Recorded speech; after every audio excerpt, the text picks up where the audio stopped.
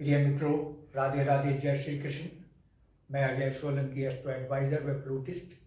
आज के ज्योतिष एपिसोड में अपने एस्ट्रो चैनल में आपका हार्दिक स्वागत अभिनंदन करता हूं। आज के इस ज्योतिष एपिसोड में अपने एस्ट्रो चैनल में मैं आप सबको बतलाने जा रहा हूं कि नववर्ष 2026 का आरंभिक माह, जनवरी माह मेष राशि के जातक जातिकाओं के लिए कैसा रहेगा। मित्रों, वर्ष 2026 के जनवरी माह का आगाज आपके प्रबल भाग्योदय से होने जा रहा है।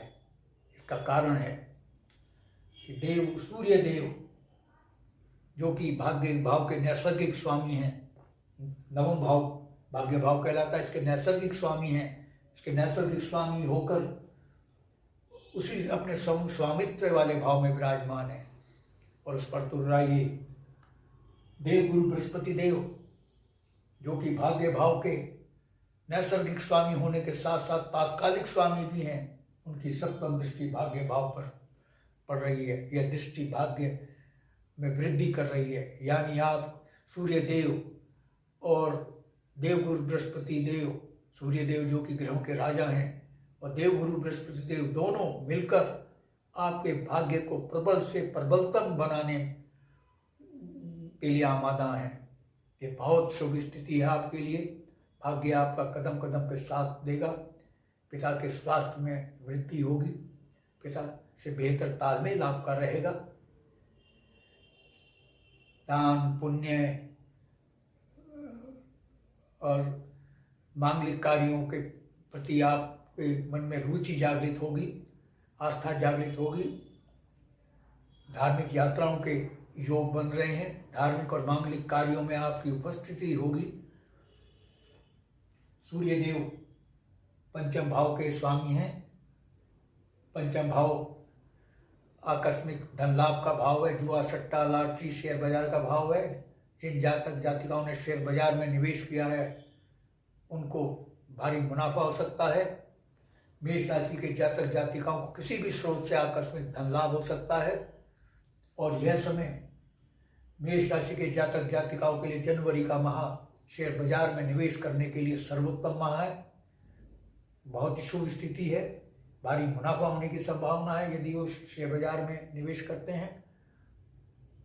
संतान पक्ष से आपको शुभ समाचार मिल सकता है।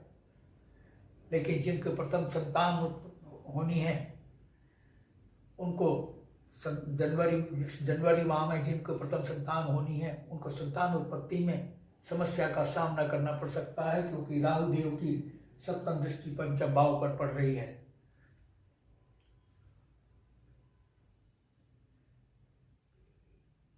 बुध देव जो कि षष्ठम भाव के स्वामी है। षष्ठम भाव कुंडली का सब अशुभ भाव कहलाता है। सबसे अशुभ तो अष्टम है, लेकिन षष्ठम भाव भी बहुत अशुभ भाव कहलाता है। ये रोग, ऋण, शत्रु का भाव है, प्रतिस्पर्धा का भाव है, कंपटीशन का भाव है।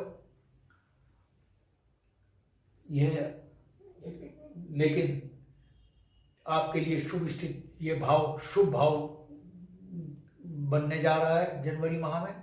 इसका कारण है इस भाव के स्वामी बुध देव सूर्य देव से अस्त है।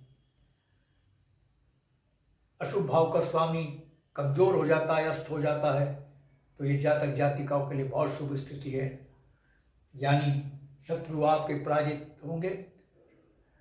आप एनिमी हंटर कहलाएंगे, शत्रु हंता कहलाएंगे। शत्रु और प्रतिद्वंदी आपके सामने टिक नहीं पाएंगे। जो लोग किडनी, लिवर, स्टेटाइन के रोगों से पीड़ित हैं उनको रोगों से निजात मिल सकती है, विशेषकर किडनी, लिवर, स्टेटाइन, क्योंकि यह सिस्टम भाव इन रोगों को एड्रेस करता है। इसके साथ जो अन्य रोगों से पीड़ित हैं उनको रोगों से निजात मिल सकती है और आपका रुका हुआ अटका हुआ पैसा वापस होगा।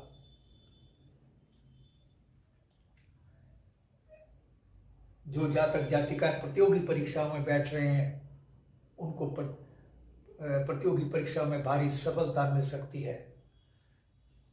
सूर्य देव की दृष्टि, सप्तम दृष्टि तृतीय भाव पर पड़ रही है, यह दृष्टि उन जातक जातिकाओं को सरकारी नौकरी दिला रही है जो सरकारी नौकरी के लिए प्रयास करते हैं लेकिन सरकारी नौकरी नहीं मिल रही है, या उन जातक जातिकाओं को जो निजी क्षेत्र में सरकारी क्षेत्र में जाना चाहते हैं, यह दृष्टि उनको कामयाबी दिला रही है।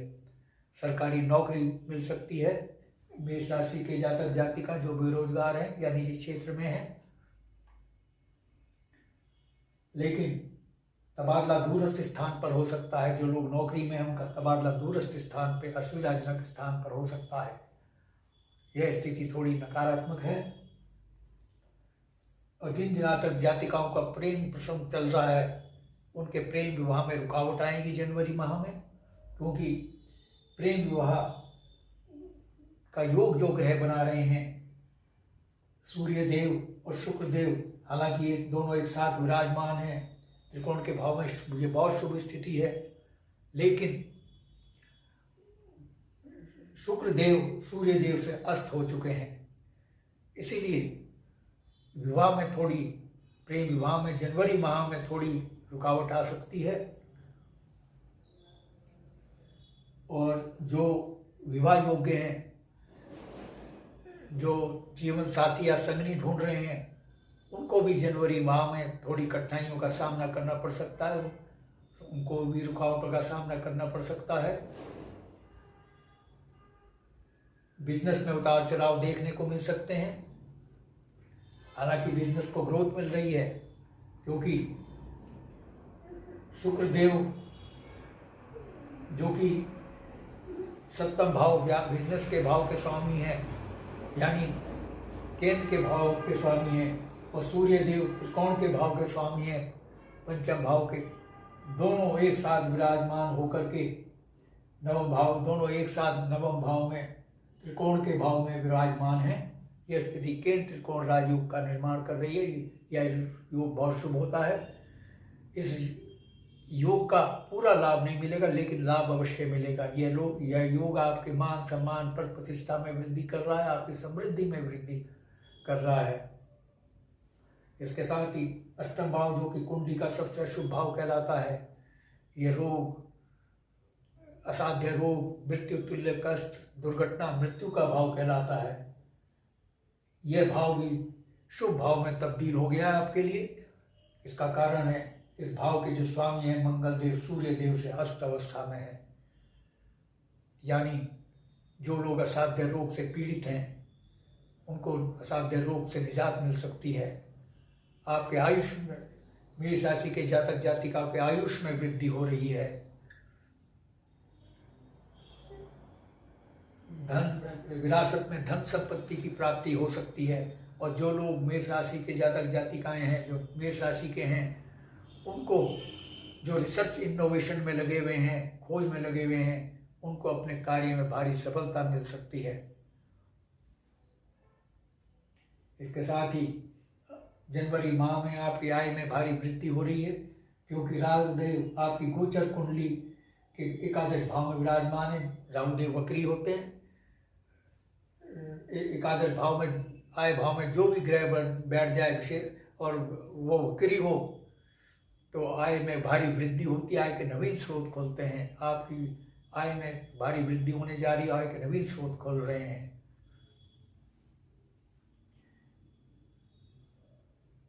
जो बिजनेस कर रहे हैं उनके बिजनेस के मुनाफे में वृद्धि होने जा रही है। विशेषकर जो लोग कॉस्मेटिक्स का बिजनेस करते हैं, अंडर गारमेंट का बिजनेस करते हैं, रेडीमेड गारमेंट का बिजनेस करते हैं, उनको मुनाफा हो सकता है क्योंकि शुक्रदेव जो कि बिजनेस भाव के कारक ग्रह है, वह इन बातों के भी कारक हैं।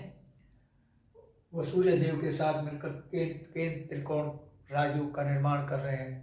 लेकिन अगर शुक्रदेव अस्त अवस्था में न होते तो मेष राशि के जातक जातिकाएं जो बिजनेस में, उनको लैंडस्लाइड प्रॉफिट होता। लेकिन प्रॉफिट होगा, वो सामान्य से अधिक होगा, लेकिन लैंडस्लाइड प्रॉफिट नहीं होगा।